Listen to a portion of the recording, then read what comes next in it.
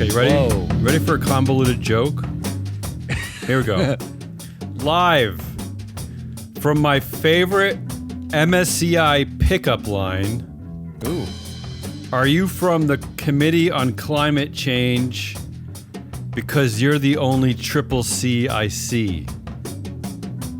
Wow, I worked at MSCI. And That's my first MSCI. You know how hard it is to write an MSCI joke?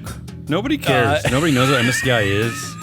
It's a Business Pants Friday show here at August 22nd Studios featuring analyst Hole Matt Moscardi. Yes, we're graced by his presence. Yeah, grace is what it would be. On today's weekly wrap-up, another anti-woke meltdown. They ignore Target, but they pay attention to Cracker Barrel. Another reason not to use Uber. And you needed one? And this week's guest host on... I have a lot of dumb jokes this week. And this week's guest host on Saturday Night Live, anti-ESG. Like auntie, like you're doing puns now? I don't know. I call my aunt, so I don't say Can aunts. I ask you, did you fire the staff writer after they came Full up of with horrible those? jokes. Our show today is being sponsored by FreeFloatAnalytics.com, the only platform measuring board power connections and performance for free. I don't know if everybody who's watching the show and or listening to the show caught... Why would you watch? I mean, you should, but caught that last part. That last part is important. This is the only platform measuring board power connections and performance for free. It's really the only thing measuring anything. I mean, it's the only thing that does that at all, but it's something. We got a lot today. We got to just get right into it, right? Yeah. Let's do it. No banter, no sound effects. Come on, let's just talk. You can't. You're not the boss of me. Oh. I only have 3 stories this week. That's the story of the week. Only 3. Well, one of them's like 45 pages long. Let's start with a horrible one. I'm calling this the end of summer anti-woke bro rage brigade.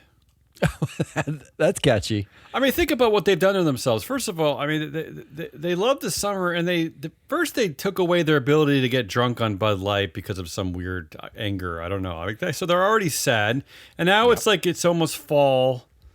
And they have to send their kids back to schools, and they hate schools because they do woke. Yeah, that's true because those are woke. Yeah, those are woke. So they're just. But do they like pumpkin spice lattes? Do they like pumpkin? No, pumpkin seems woke. It's orange. It does feel woke. Yeah. So here we go. Here's another one. Here's the headline: New Cracker Barrel logo sparks right-wing backlash from Trump Jr. and more. Now. We were giving a talk this week at what was it? A seminar, a class, certification, it's a board readiness program. Yeah, like the premier one. If you were interested, Roosevelt Giles runs it. It was great. They're really good. And at that seminar, we were talking about a company called I've already forgotten. Country General. Casey's General Stores. Casey's General Stores, which I've never really heard of. And now the next big story is about a restaurant that I've never really heard of called Cracker Barrel. I don't even really know what Cracker Barrel is. There's a Cracker Barrel close by. Is it like Denny's? I've never seen anyone there. I don't know. I don't know what they're... Well, that's the funny part of the story is that they haven't been doing well, so they better do something different. But anyway, here's what MAGA... I want to read you some of the headlines. MAGA erupts over Cracker Barrel logo change and stock plunges. Plunges, yeah. Well, it didn't. I mean, that's never really true, that part of the headline. It doesn't really plunge. It goes down like 8%. In fact, today it's plungy. It's up today. So, I don't know. But they're also mad about right-winger. Others call out woke new change to Cracker Barrel's peg game. They're mad. A Christian college is mad. Okay, so I'll try to do this simply. There was kind of like a weird old crusty white dude who was part of the Cracker Barrel logo. Now he's been removed. And I guess that's a woke thing to do. Also, go ahead. You want to say something? Well, yeah. I mean, just for point of context, this is not the first time the logo's changed. The logo's changed a couple times. Well, that was actually put on my pop quiz at the end. is this the original logo? Because everyone's talking about heritage, which we know is like a dog whistle heritage. Yeah, it's just for the white South white or people, something. yeah. And I looked at it. I was like, wait, first of all, this chain's only been open since 1969. It's not exactly like an Americana kind of company. And yeah, you're right. It started with a logo without the dude. It had no dude. That It just had the word Cracker Barrel. Came later. Yeah, it actually came later. Once again, this is actually closer to its roots than the dude was. But the dude's been around since like 1977. And I just, all of the elements of this are devoid of facts because like stock plunges. So the stock was trading at $71, $72 at the end of July. They put this logo out like 2 days ago, right? End of July is trading at 72. By the beginning of August, it's trading at 56. So the stock plunged 22%, having nothing to do with the logo. You want to know what happened? They announced no one's going to the stores. Yeah, they put out financials that show no one eats there. What really seemed to happen is a combination of probably, poor food quality, the fact that people aren't going to restaurants, and COVID. COVID really did a number on this business. Yeah, of course it did. So Cracker Barrel, it turns out, ranks below. Have you ever heard of the chain Zaxby's? No. Have you heard of Mr. Beast's Burgers? No. How about Bojangles? Yes, I've heard of that. Okay, Cracker Barrel ranks below all of them for the number of locations. But it is it is a publicly traded company. It's a company in our database, and that's why I want to talk about it, because I think the key thing that they're going after here, I think subconsciously, is the unusual fact that the CEO is actually a woman. Yeah, can you believe it? Wait, did you hear what I just said? There's actually a company where the CEO is a woman. Well, but that exists. There's a backlash. I'm just saying the only reason why there's an of course it is because there's a backlash. There wouldn't be a backlash. Her name is Julie Fels Massino, and the board is also half women. I mean, this is crazy. So I guess women. It's like the wokest company of all time. Women hate old men in barrels, but they hate barrels mostly. There's a lot of weird takes on this. There's one college, Hillsdale College, compared this to people, protesters during the George Floyd protests vandalizing a statue of President George Washington. I don't really get that one. What does that mean? Do you get any of them? No. Wait, which is the other one? How about this? Congressman Byron Donalds is angry because he had a religious experience once in the parking lot there. Yeah, I actually had a few religious experiences. So I guess he's equating it. He says, I even gave my life to Christ in their parking lot. So I guess he's... I did less of that. I guess he's saying that this is a Christy play. I mean, they're really just like a church? Grasping for straw. How about this? The CEO of the media company, The Federalist, he's angry because there's a game they play at Cracker Barrel, and it's less mean now. It's less sarcastic. He's angry about that. I don't even know what that reference is. I don't know. Well, I guess there are directions in this peg game, and it makes fun of you if you lose, and now it's not making fun of you as much. So they're angry. Does Sean Davis know what pegging is? Does he know what pegging is? He says that it also changed the peg game to make dumb people feel better when they do poorly. So it doesn't dunk on them. This is the media company that up until 2017 had a tag in their online that they called Black Crime. That was one of their tags. Oh, really? No, I'm serious. That's an organizational Black principle? Crime. They would tag things Black Crime if it was perpetrated by a black person in the United States. So this is just more craziness. But, I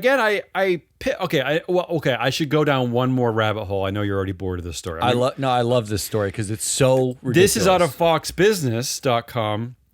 The headline is Steak and Shake slams Cracker Barrel CEO for eliminating old timer from logo. The quote is, "We take pride in our history." Now, first of all, everyone's announcing everything on Twitter, on X for some reason. I don't know why everyone has to make their announcements there. But here's what foxbusiness.com doesn't tell you is that Steak and Shake is actually owned by a man who was born in Iran. Not that that matters, but, I get you. MAGA Republicans, they don't seem to like outsiders. But his name is Sardar Biglari. Matt, he actually owns 9% of Cracker Barrel. And since 2011, 7 times he has tried to run a proxy contest at Cracker Barrel. 4 times he has tried to get himself on the board. He fails every single time. So here's the hidden meaning in some of these. So he's attacking Cracker Barrel, who won't let him on the board. And Steak and Shake, here's what's happened at Steak and Shake. He took over Steak and Shake in 2008. He also owns things like First Guard Insurance, some petroleum company, Maxim, he's a self-styled Warren Buffett, I think. I think that's he liked to call himself. So he took over Steak and Shake in 2008, but it continues to have problems. It's struggled ever since then. In 2021, even he fired a bunch of he reduced a bunch of staff and made self-serve kiosks instead of actually hiring people to serve their burgers. That's what old timers did. The old timer on the logo of Cracker Barrel, he loved a good self-styled kiosk. So my point in all this mess is that it's all a bunch of nonsense. I mean, that's all I can think to say. You missed even Robbie Starbuck weighed in on this. Oh, great. Did you see Robbie Starbuck? Robbie Starbuck, who we actually haven't covered. We talk a lot about Robbie Starbuck. We asked him on the show. I've reached out to him and asked him. He's the so-called citizen journalist, which my point is that if you didn't actually you don't have a degree in journalism. Everyone's a citizen journalist who doesn't have a degree in journalism, right? I'm a citizen everything. I'm a citizen journalist. Yeah. I'm a citizen oil driller. A story we didn't cover is that Meta just hired him to make sure that their AI is not too woke, right? They paid him a consulting fee to avoid a lawsuit with him because their AI said he was at January 6th, which he should be proud of, but he was angry about because he wasn't at January 6th. And then I don't know. Yeah. I don't really know the psychology behind it, but they effectively, it's just another reason to delete Instagram. But do you have anything more to say about this? Because I'm going to tell you why I picked the Cracker Barrel story. So I have a couple things. Go ahead. First of all, here's Robbie Starbuck's note. Oh, yeah, right. On X, okay? He wrote, note to restaurant CEOs like Cracker Barrel CEO Julie Fells-Messino. That's one CEO they can name, right? That's the only CEO they ever name. Yeah, they only ever name the women, yeah. Okay, when they're angry at them. People don't want LGBTQ food. They don't want Democrat food. I want all that food, but what does that mean? They don't want Republican food.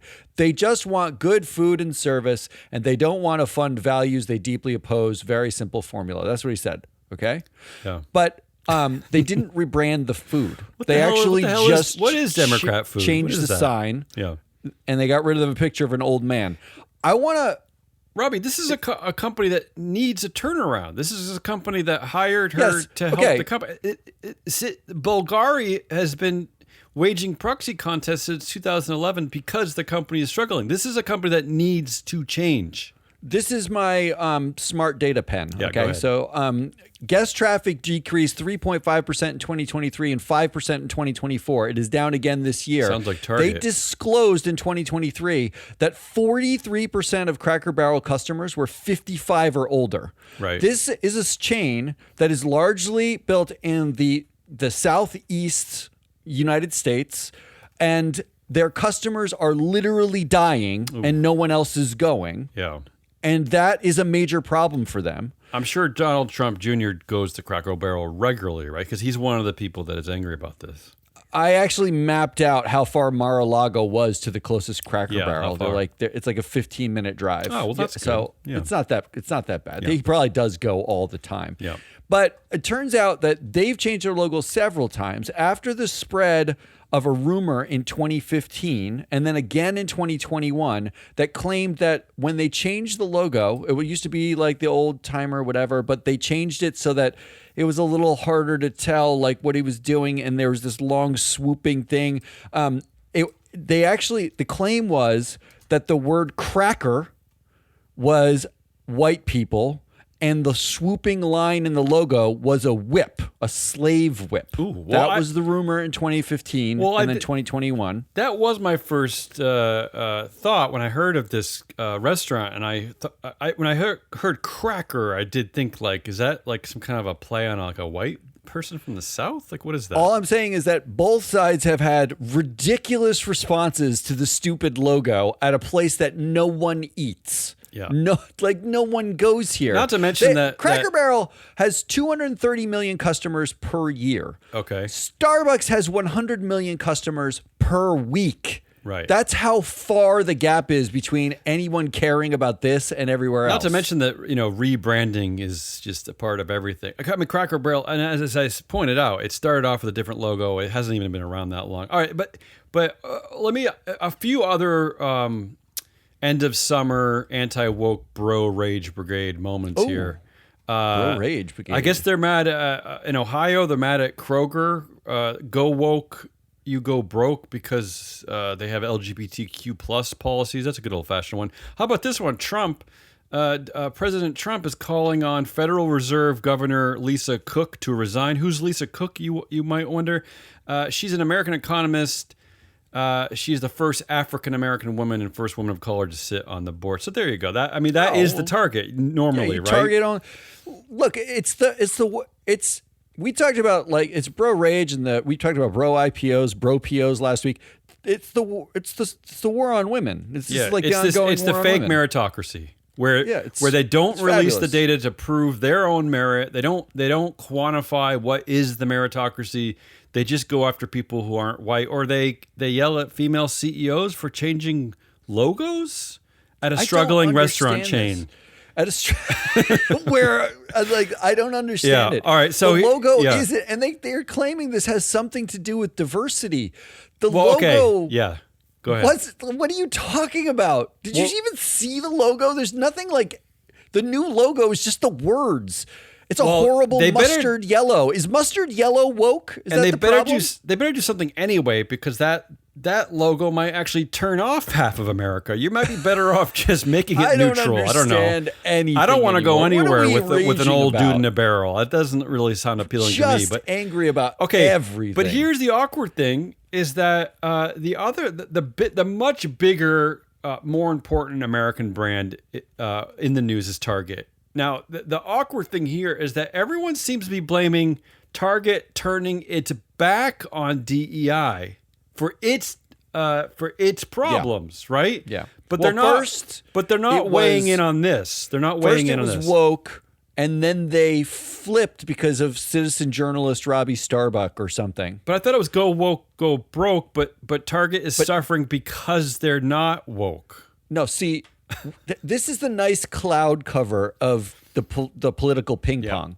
which is Target actually overstocked its supplies, could not sell them, was selling at a loss, has had problem with foot traffic for a while, and then they turned their back. Then they were doing Pride stuff, then they got attacked for Pride stuff. They immediately capitulated because they were so afraid. They were already in a bad position. They capitulated, and as soon as they capitulated, the diverse people, including people who work there, were like, screw this, we're never shopping there again.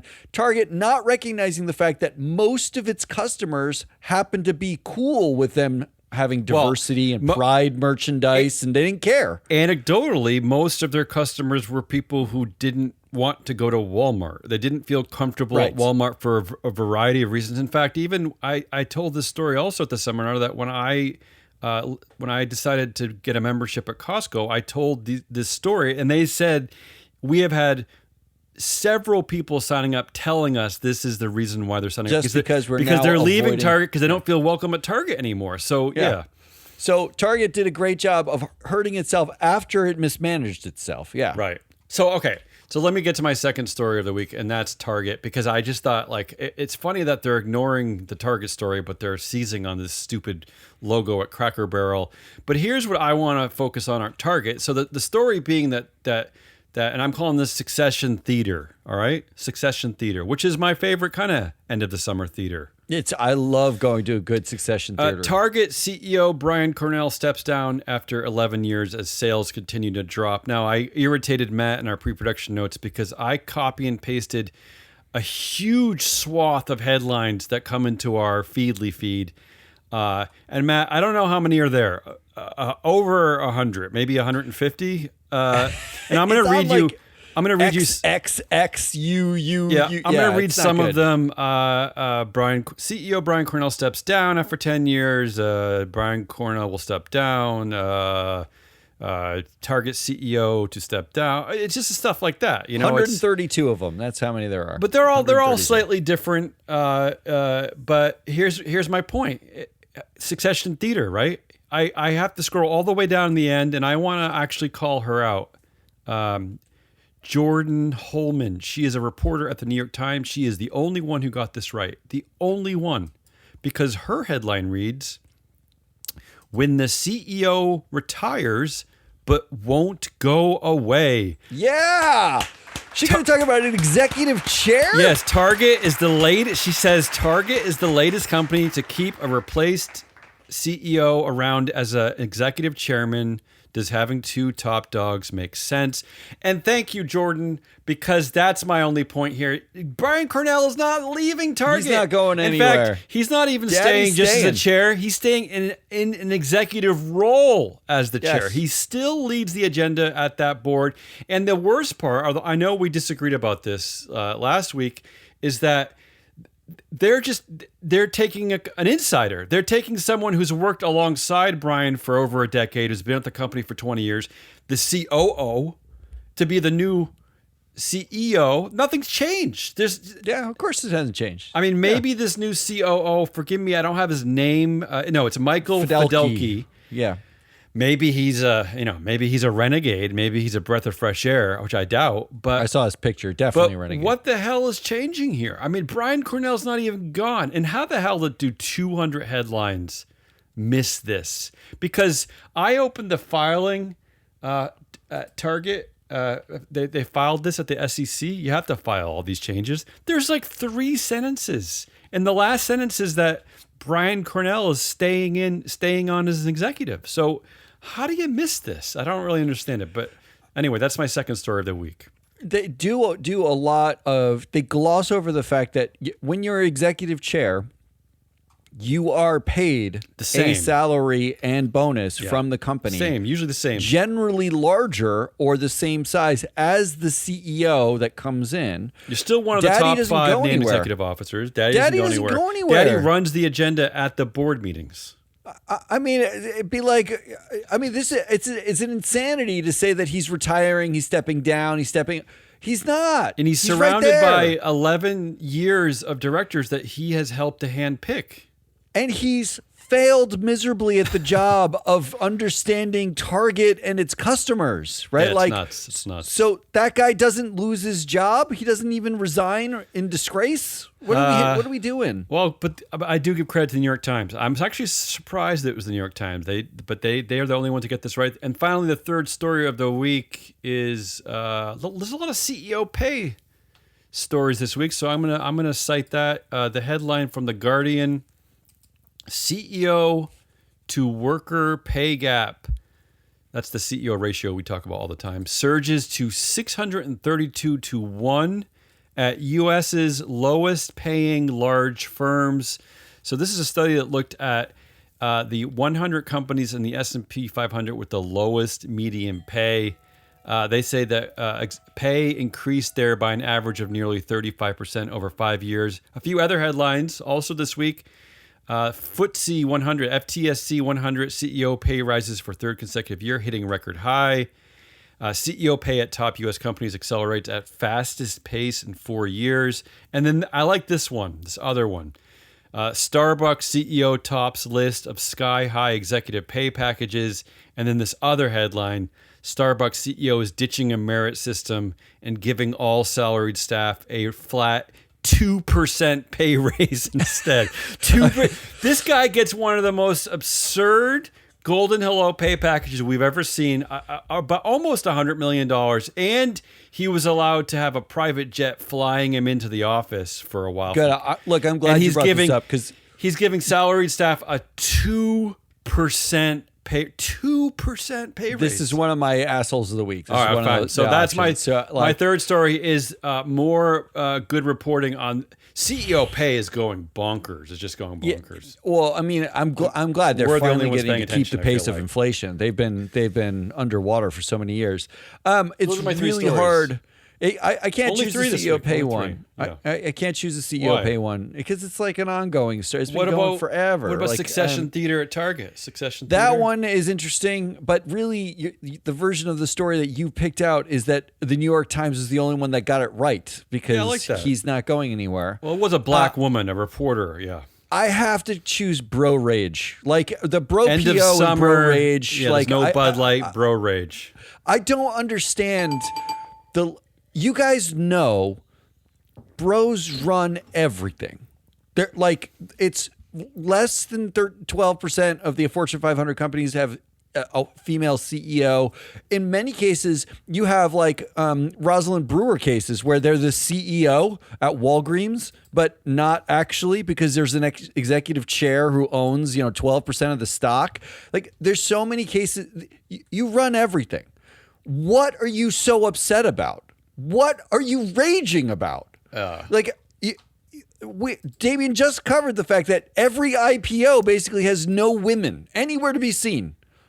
But you're angry? How about you're angry because of the Cracker Barrel guy? Matt, really? To your point, the top 4 institutional share owners at Cracker Barrel are not the female CEO. They are, in fact, BlackRock, Vanguard Group, the man we just talked about, Sardar Biglari, and Earnest Partners. They control an aggregate 46% of the company. So really, they can weigh in here, and that's not women. Those aren't woke. That's who really owns that company. That's who controls the voting power. I don't know. What are we talking about? Yeah. All right, I don't want to talk about that. I'm going to choose that one. That's the winner? That's the story of the week. I don't want to talk about anything anymore. Let's do something else. All right. I love this music. I bet you the old timer on the Cracker Barrel logo would like that music. Yeah, I think he would. Goodliest of the week. Although, where is he now, though? That's actually the question. Where does he get retired to? Is there a retired brand logo like Country Home somewhere? Isn't he eating in a Cracker Barrel waiting to die? Getting diabetes or something? Yeah. What's your goodliest? I have 2 this week. First, an old-fashioned one that you're going to hate, but I like picking these. Companies with climate targets have more than tripled since 2023, according to a report by the Science-Based Targets Initiative. That sounds self-serving. I don't know. I think it's maybe true. The number of targets that have been set for 2050 has tripled does not give me cause for hope. All right, well, it's good. It's goodishliest. But how about this one? I love this other one. And I'm calling this the goodliest. This is the juxtaposition of these 2 headlines. Okay, ready? First, scientists say they've figured out a way to turn nuclear waste into a powerful fuel. That's pretty impressive. That's good. That's good. Good for you. Good for you, smart scientists. Good.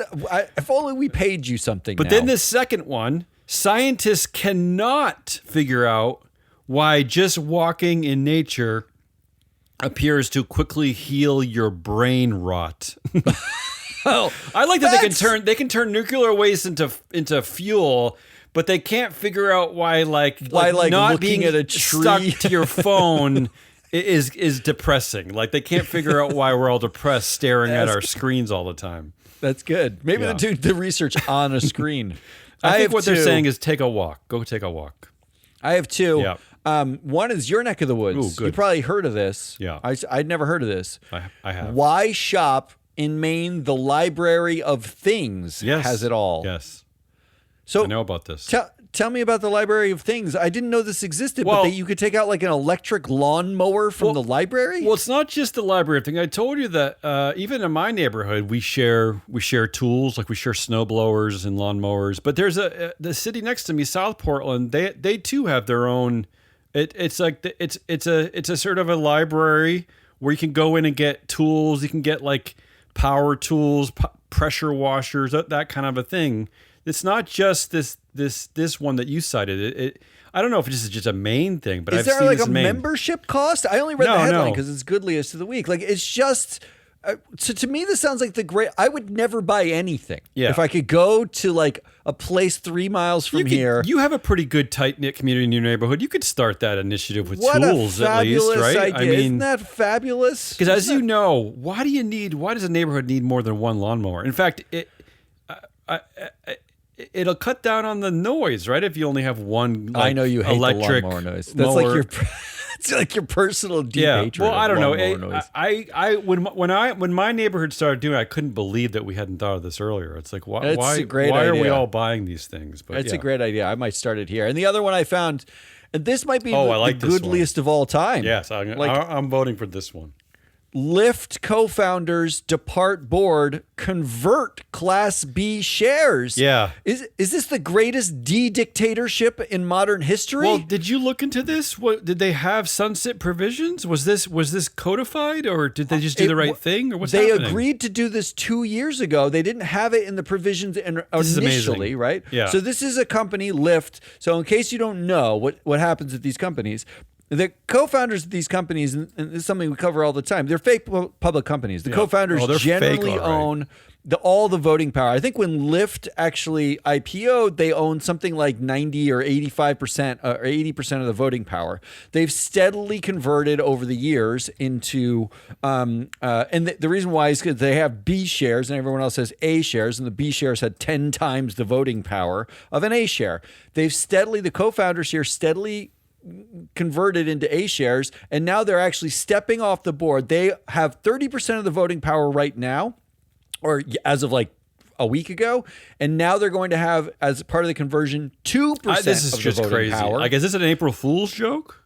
And they are off the board. The founders are not on the board. What are they? They're obviously business pants fans. Because this is what I preach and scream about.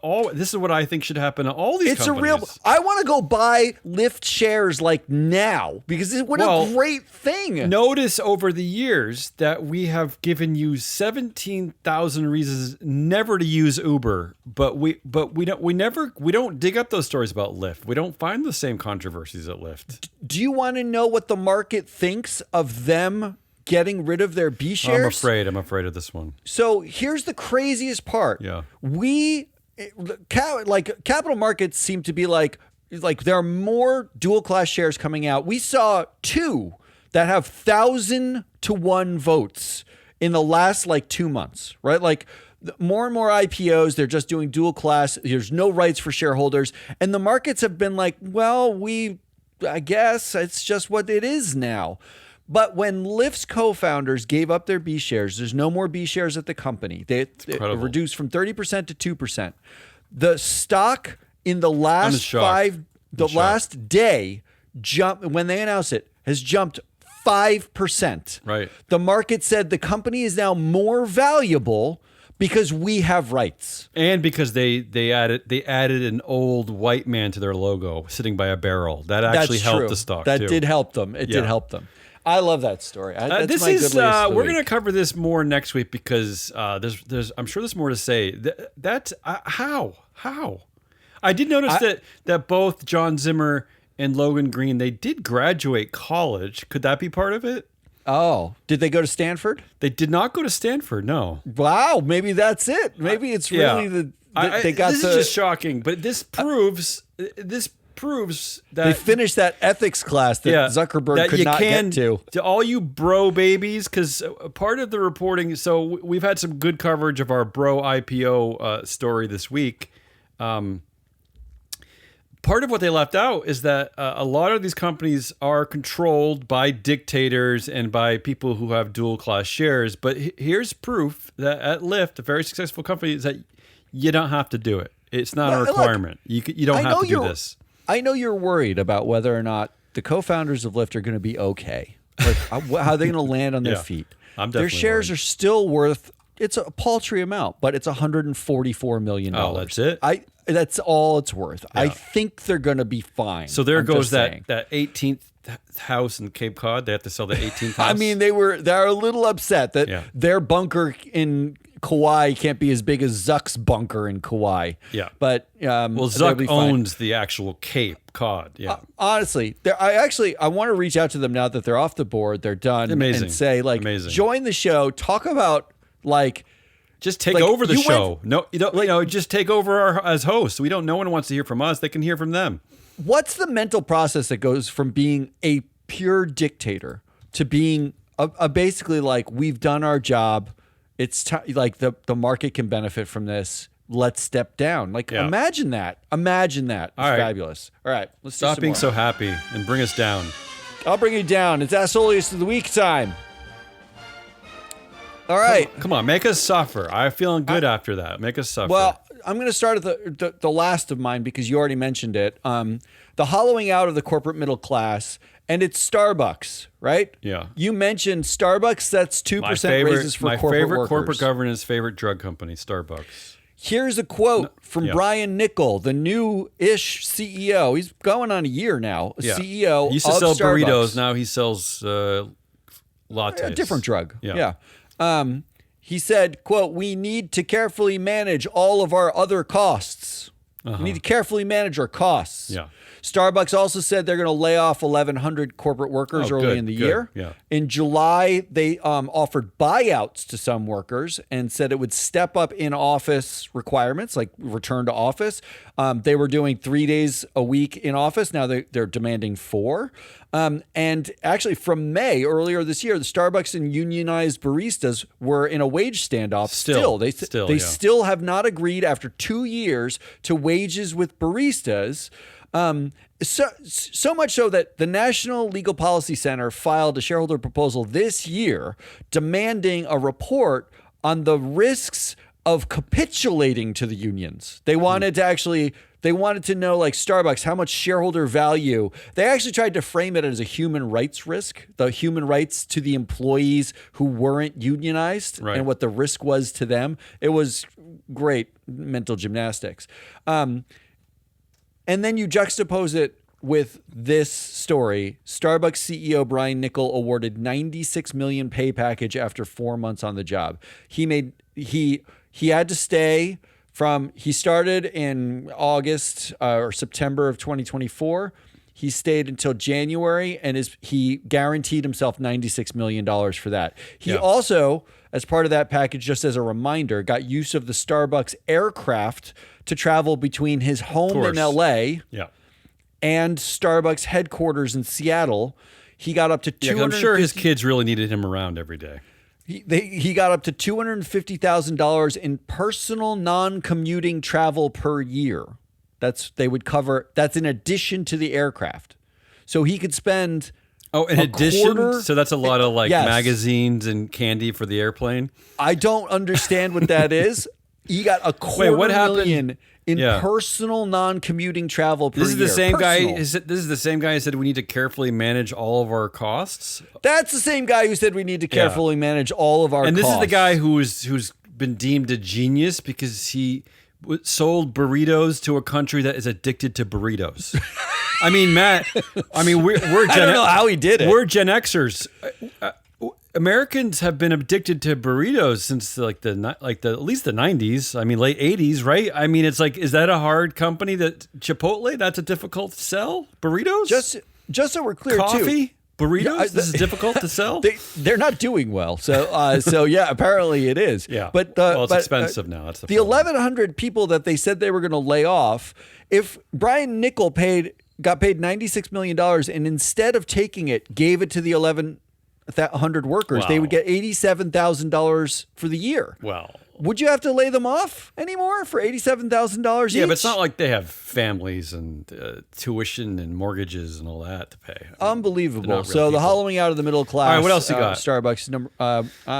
Who is the asshole there? Is it Brian Nickel, or is it just the concept of hollowing out the middle class? Well, I'm going to say Brian Nickel, but I want to focus on a theme there, which is pay attention, because you just covered how CEO pay ratios are going through the roof. The CEO in the bottom 100 S&P 500 firms, the last 100 of them for pay ratios, the ones that pay the most, they averaged, what did you say, 600 and something per, the CEO salary was 600 times the median worker. It's almost up to that magical. Remember, with a 365 to 1 is like that heinous mark where you make as much on the first day, but they're almost like making twice as much now. Yeah, it's like 650 or something like that. It means that on January 1st of every single year, by your 9 a.m. cruller and coffee, if you're the CEO, you've made as much as your median employee. Meanwhile, everybody is laying off employees, saying like we're going to replace them with AI. The employee wages are frozen. There's firings. How do we, I don't understand where you think your growth is going to come from when no one has jobs anymore except for 7 CEOs. This is like a running theme of the year. And yet we still have bro rage. I don't even understand I don't know how to put it all together, because the CEOs are the bros. All right. So here are your other 2 options. You ready? Yep. First up, the anti-ESG joke. It's on us, I think, right? On me and you? Yeah. I'm going to do a bit of a lengthy thing here. Yeah. I want you to just listen carefully, because it's going to be boring. Okay? Yeah. Here's the legal definition of a fiduciary. I know you wanted that. Go for it. You were asking for that. A beneficiary is delegated authority to a fiduciary to act on its behalf. It's basically someone with delegated authority over money. They have discretionary powers over those assets. They can make choices. Okay. They are in a position superior to the beneficiary due to specialized access, meaning they have more access and knowledge, and they don't necessarily have to share it. Sure. They don't have to trade knowledge. And they will act in the beneficiary's best interest. Okay. They're supposed to look out for that person. So from Florida 2023, their HB3 Act, in which it's an act relating to government and corporate activism where they, subject to fiduciary standards, we just defined what those are, they actually put into place a law that said when you are investing the assets of any retirement system or plan, only pecuniary factors may be considered, and that you cannot consider non-pecuniary factors, which they said include social, political, or ideological interests. That's the anti-ESG thing. Which is funny, because that's everything the Trump administration does now is push their social, political, or ideological interests on corporate America. It's all they're doing. That's all the Cracker Barrel story is, really. So here's the amazing part. Yeah.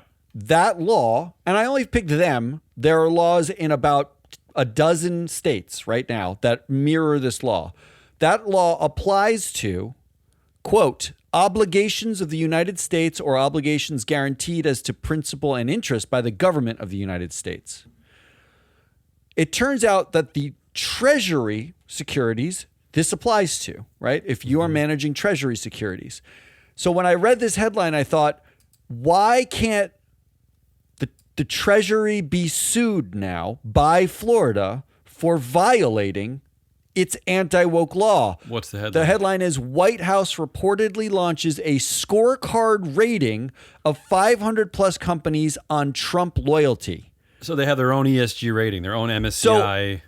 They have their own rating. Yeah. That rating system evaluates, quote, social media activity, press releases, video testimonials, advertisements, and participation in White House events. Not only other forms of engagement connected to Trump administration and their bills. Not only do they have their own rating, but it's a rating created by people who are dopes who have no understanding of how to even create these methodologies in the first place. The research is not going to be exhaustive. It's just going to be like a couple of Google searches, and they kind of found this and they jot this down. It's not going to be a systematic approach. But let's be honest. Yeah. Systematic or not, That's ESG. Oh, I know. That is the literal definition of ESG is a data set that is not on a financial statement. Said for it's years. Any other data. We've said it for years. All the anti-ESG work is ESG work. They're just realizing how fun it is to do ESG research. They love ESG research. They love it. They really, truly love it. And now they're making a scorecard to determine which companies I want to see that scorecard. Can we get that scorecard? Business with. I think we could FOIA it. That'd be great. But I want to see that. I want to see that. I'm sure it's the fascinating part here is if the White House, which controls the Treasury now, and appoints, and Congress, they're controlling the Treasury.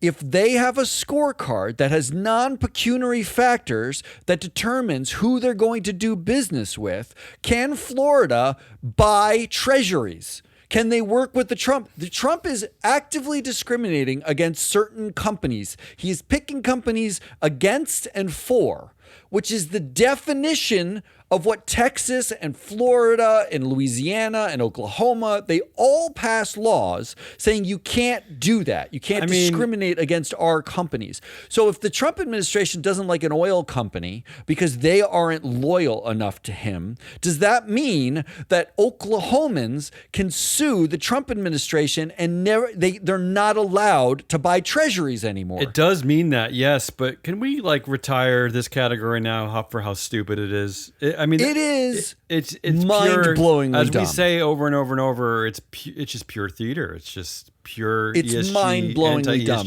No, but I don't want to retire it because I want somebody who actually has some assets. That's not us, right? Yeah. No. I want them to look at this and say, why aren't we suing them the same way why aren't we investigating them, suing them the same way they're investigating us?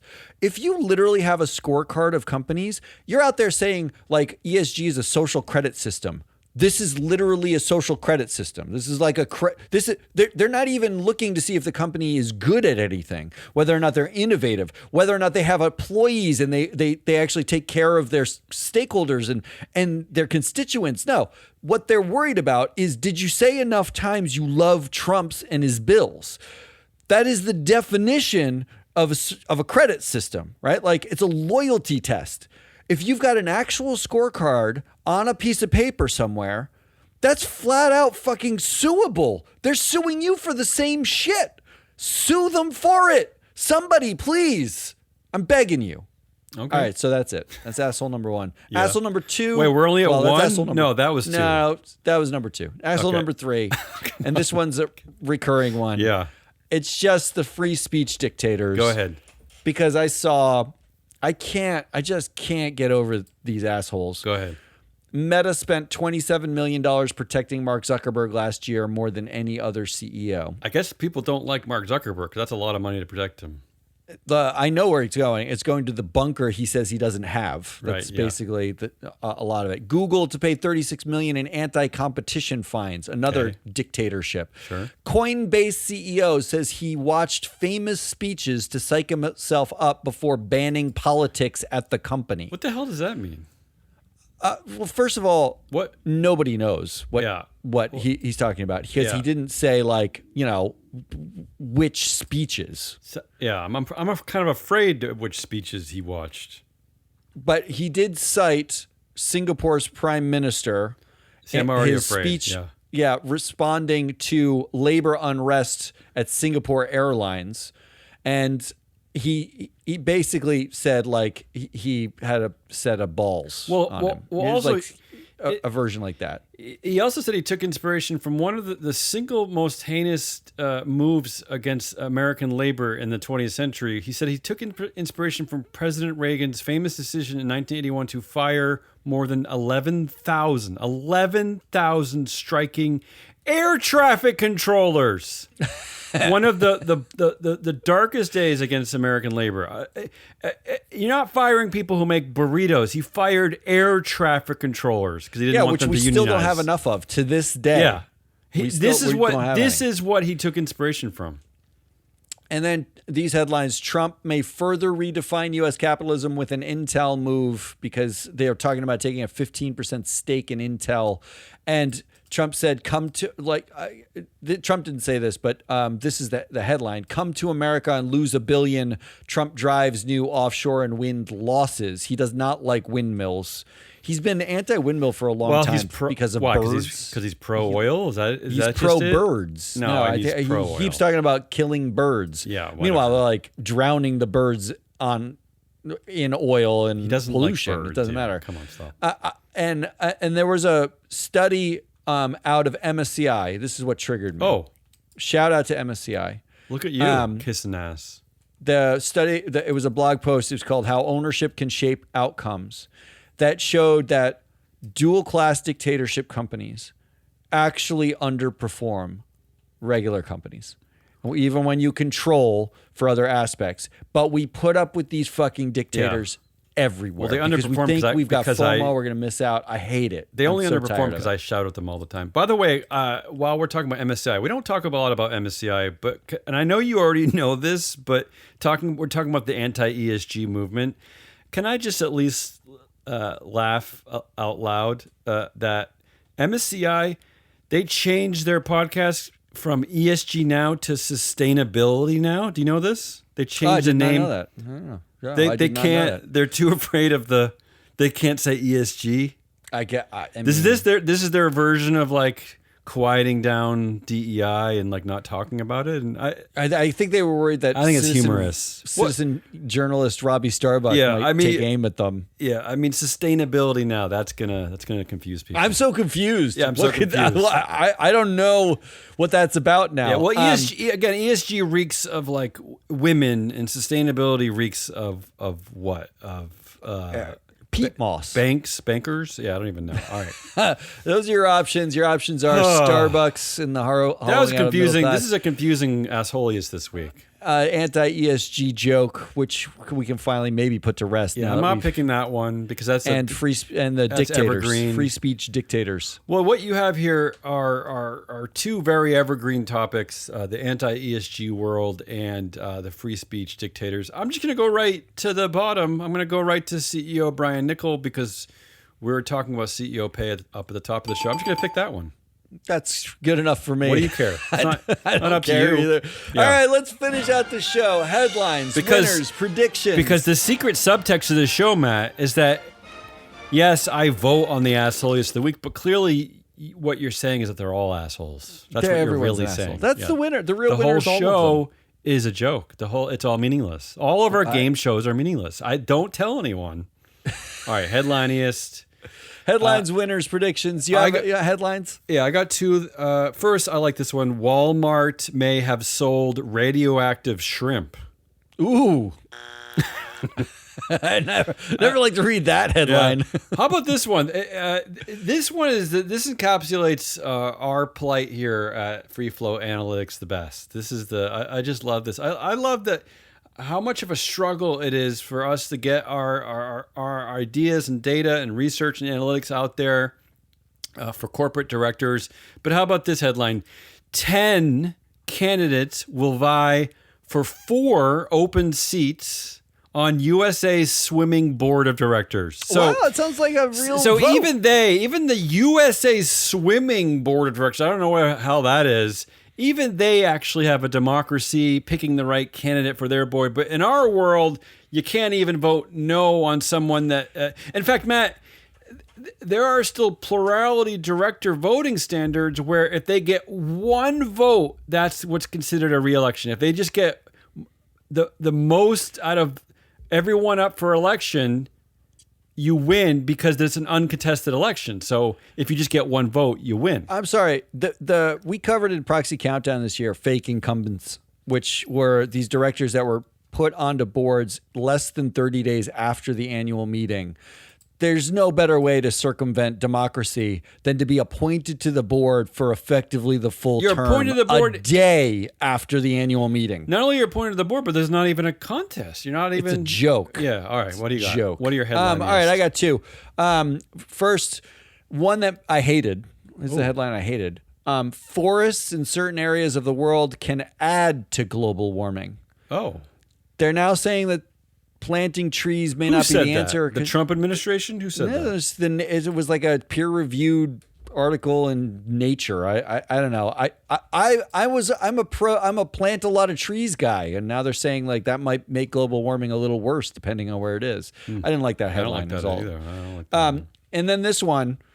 Silicon Valley talent keeps getting recycled, so this CEO uses a Moneyball approach for uncovering hidden AI geniuses in the new era. That's ours. Quote, there's different biases and filters about people's pedigree or where they came from.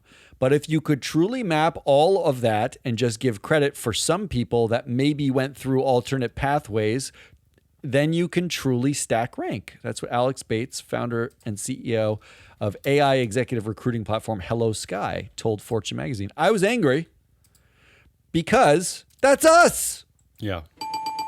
Yeah, you're not allowed to be angry during Headlines of the Week. No, I'm not. My winner is self-serving for our company, unfortunately. It's we got some good coverage this week. The term bro IPO is the winner. Bro IPO, or should it be bro PO? All right, well, that gets into my winner, and the term is bro PO. That's what it is. It bro PO or not? Okay, so I also want to shout out. So first, Fortune covered us, Lila McClellan. We talked about her, and now this another article out of the Times, not the New York Times, but the Times in London. Yep. Louisa Clarence Smith, her article called "Welcome to Bro IPO Summer." Yeah. But I don't know. Maybe they're right. They both changed it to bro IPO. But the only problem with bro PO, could that be like post office? Or maybe it's not. Maybe bro PO. Maybe you don't know it means IPO. Well, I think maybe it's too inside baseball. But This is why their journalists are better at their job than we are. Exactly. I mean, but I think bro PO is a bro public offering. I think that's what it is, right? Yeah, so we're the winners, sort of. I mean, what do we win? You. It's just did we win anything? I don't think we did. No, we don't win anything. There's no prize. But I just wanted to plug us. You won winner of the week is what you won in our dumb games. Yeah. Predictions. My prediction's really stupid. Target accidentally announces this is they had I guess at Target they have a lot of press releases and they try to decide which one to go out, but they accidentally released one that shouldn't go out that says that one of Brian Cornell's new board roles will be the chair of the "We Swear It's Not My Idea" task force. Well, it's good of him to take no credit for anything. Because there's a new CEO and he's not involved. My prediction that there will be an analytics company somewhere that realizes you can take the Moneyball concept and apply it to people at publicly traded companies. And then you'll make millions of dollars selling that data to investors to give them the ability to vote on their fiduciaries using that advanced data. That's my prediction. Wait, okay. Do you think it'll come true? Isn't that what we are? Isn't that what? That's right. That's what we do. But except for the millions of dollars part, that's the only part that didn't I don't know come true yet. That's Hazelnut Raw. I do own a Subaru though. I own a Subaru. Matt Moscardi, we are free float. I have a Chrysler. So. Okay, there you go. We are free float. Come back next week when we have more shows and more stuff. And if you want data, you go to freeflowanalytics.com, you sign up. It's just an email address. And when you put in that email address, the only email you'll get from us once a week is the Boardroom Zine that covers things that we talk about on shows, cool data points, and it's a punk thing you can hand to your friends. I got one right here. Look, it's a little thing you can actually fold it up and read it. It's the most amazing thing I've ever seen and ever made. You should get one of those. Tune in next week. Until then, good.